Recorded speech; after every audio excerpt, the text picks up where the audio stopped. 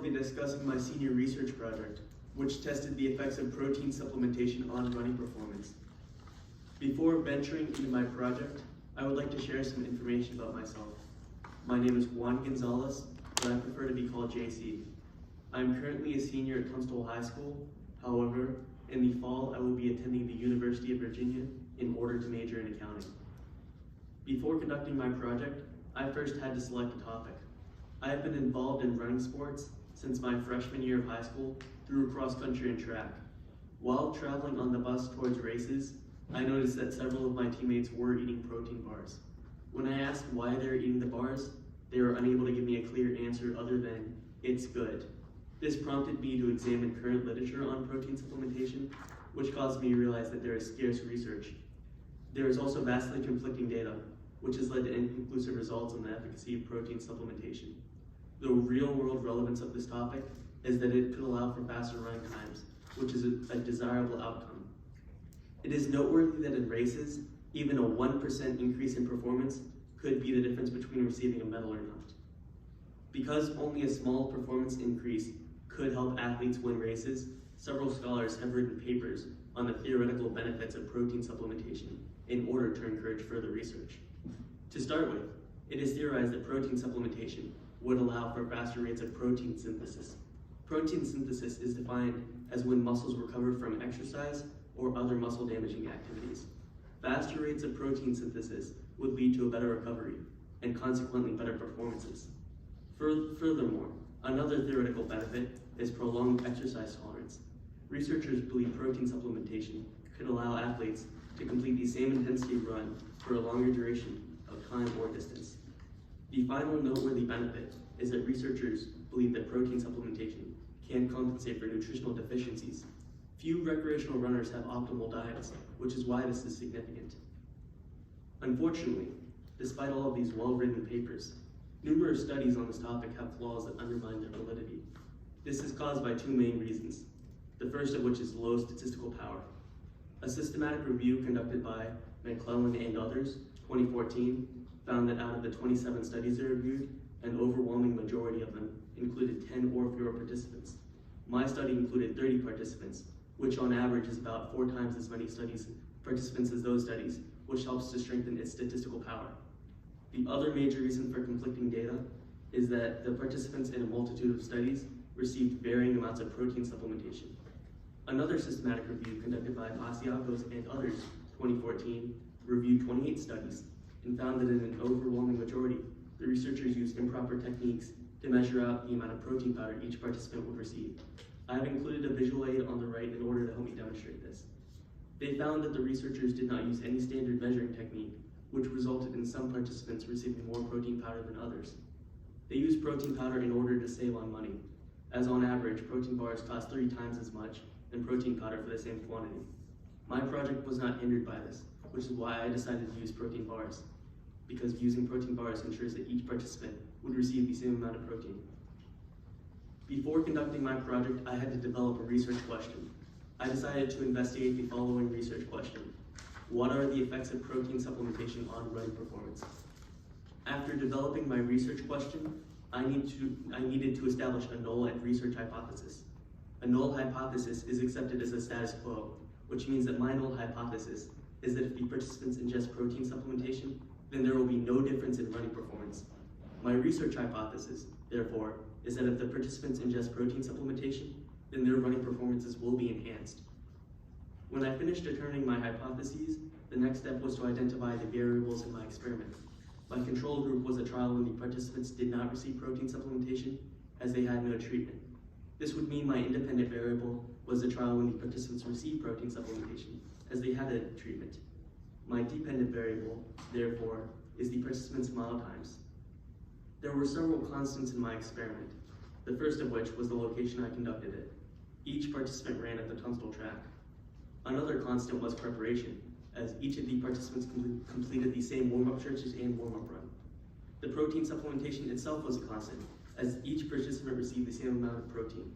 Finally, the distance traveled was a constant, as each participant ran 1 mile around the track. To ensure that my project was conducted appropriately, I had to develop a procedure. The first step was obtaining informed consent from each of my participants. I was required to obtain permission from the parents of any of the participants under age 18.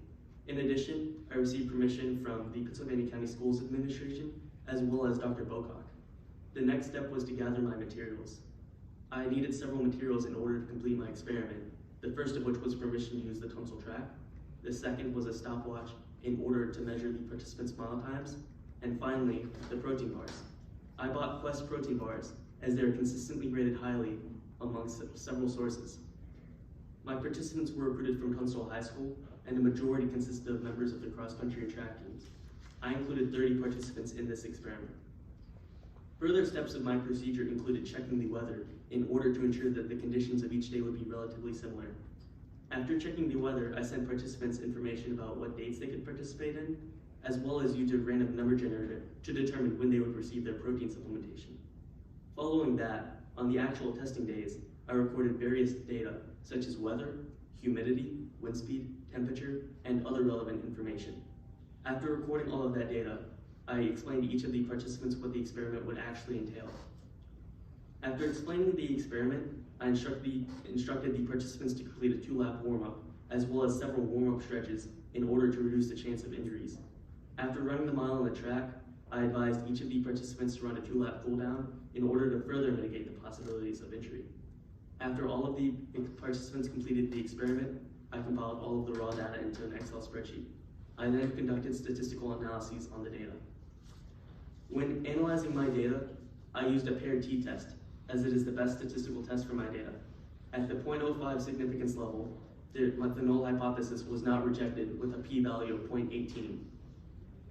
When evaluating the graph of the mean mile times in seconds, it becomes clear why I failed to reject my null hypothesis. As mentioned previously, even a 1% increase in performance could be the difference between receiving a medal or not in races. The time difference between the two groups is several seconds, but the percent change is less than 1%. This percent change is too small to be considered statistically significant, which is why I failed to reject the null hypothesis. After reviewing the mean mile times of all the runners in my experiment, protein supplementation does not appear to be effective. This is supported by my t-test, as there is not sufficient evidence at the 0.05 significance level to conclude that protein supplementation significantly impacts running performance. Therefore, based on my data, athletes and recreational runners would not receive any significant benefits from protein supplementation. When further analyzing my data, I noticed that there is a significant difference between the males and females, which I will elaborate further on with a graph. As seen on this graph, the difference the females experienced in their times was much greater than the males. The females' data would have been statistically significant, while the males' data would have been insignificant. My experiment did not focus on gender, and therefore these times were averaged together, which caused the final outcome to show as statistically insignificant. This data suggests that future studies should be conducted focusing on gender differences, as it may be possible that females experience greater benefits from protein supplementation than males. Although the findings of my experiment do not suggest that protein supplementation is effective, I believe that female athletes should incorporate it into their training regimen, as the females in my experiment had a statistically significant performance enhancement. A possible reason for the outcome of my experiment was brief running conditions. There is a general consensus in the literature, as noted in the meta-analysis conducted by McCartney and others, 2018, that well-accepted efficacious supplements need at least long-distance running, at least 3 miles in order to be effective. Because my experiment was only 1 mile, even well-accepted efficacious supplements would not have had as noticeable impacts on performance.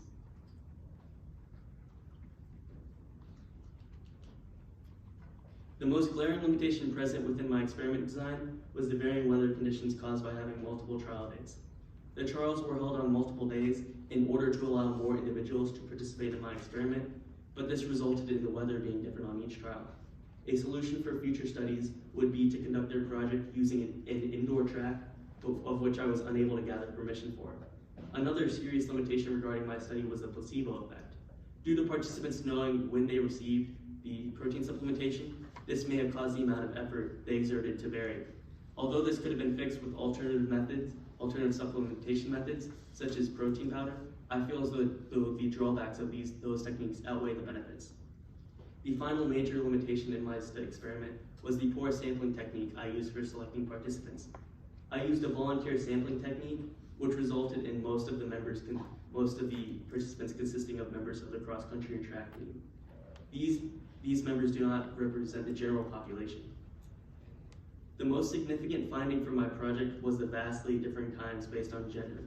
To date, there are few studies that focus solely on gender differences, which my project indicates is a key component of protein supplementation.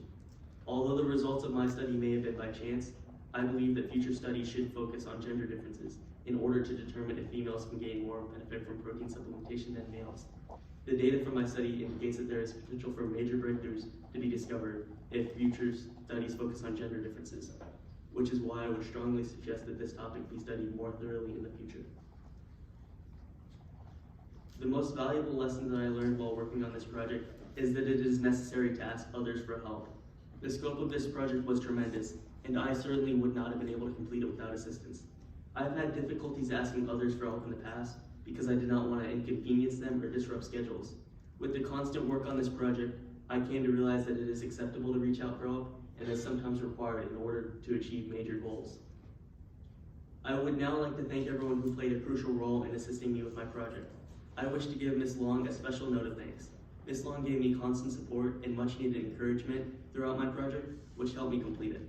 I would also like to thank Dr. Bocock for giving me permission to conduct my experiment. Finally, I would like to thank my participants, as my experiment would not have been possible without them. At this time, I will answer any questions.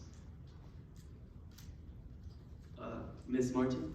Yes, so how long did they wait after consuming the protein bar before they start? I'm assuming you gave it to them before they did the warm-up, is that correct?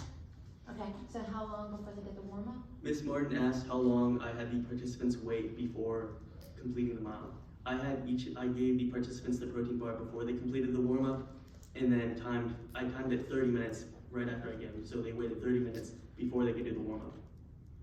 Thank you.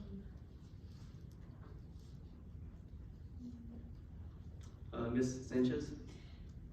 So did you take into consideration that, the people that were in your control group may just, not everyone has the same speed.